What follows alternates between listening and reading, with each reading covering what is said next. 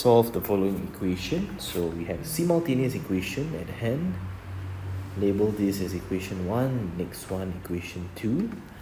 And we can use elimination, right? Elimination means first identify what you want to eliminate. Let's say you want to eliminate A. Ensure that A has the same number for both equations. So it's 8A here, is 2A here. So what we do is we times this equation 2 by 4, right? Because 2 times 4 will give you that 8A that we want.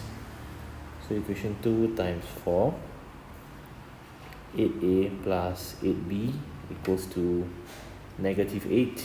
So this now becomes your new equation number 3. Alright, so you have one equation here that you can work with, another one here. Both have the same A. 8A, 8A.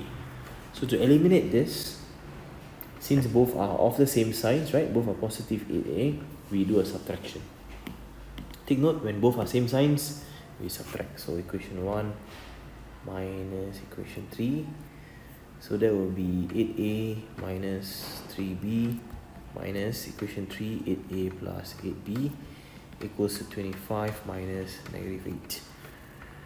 Okay, so from here we remove the brackets.